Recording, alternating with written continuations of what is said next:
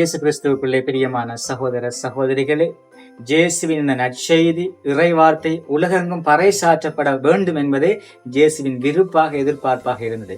ஆகவே இயேசு இந்த 12 சீடர்களுக்கும் தோன்றி தன்னுடைய இறைவார்த்தினை உலகெங்கும் எடுத்து செல்ல அந்த ஒரு வேண்டுதலை கொடுக்கின்றார்.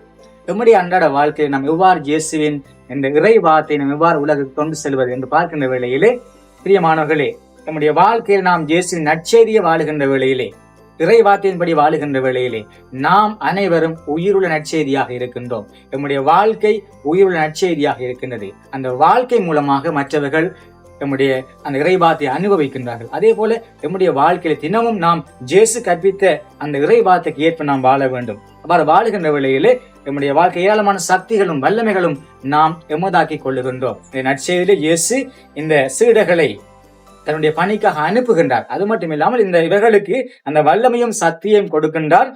பலவிதமான அற்புதங்கள் புரிவதற்காக, பலவிதமான புதுமைகள் செய்வதற்காக அந்த இயேசு அந்த சக்தியும் வல்லமையும் கொடுக்கின்றார். காரணம், இவர்கள் இயேசுவின் வார்த்தையினை ஏற்று அந்த வார்த்தைக்கு ஏற்ப வாழ்ந்தார்கள். நம்முடைய வாழ்க்கையிலும் கூட நாம் இயேசுவின் வார்த்தையை ஏற்று உயிருள்ள நற்செய்தியாக நாம் வாழ்கின்ற வேளையிலே பலவிதமான அற்புதங்கள் செய்ய முடியும். அதே போல இந்த இறை வார்த்தையை உலகின் கடை எல்லவரை நாம் எடுத்து செல்ல முடியும். ஆகவே இந்த நாள் முழுவதுமாக நாம் சிந்திப்போம், நம்முடைய வாழ்க்கையிலே நாம் இயேசுவின் நற்செய்தியை வாழுகின்ற மக்களாக இருக்கின்றோமா, உயிருள்ள நற்செய்திகளாக நாம் இருக்கின்றோமா?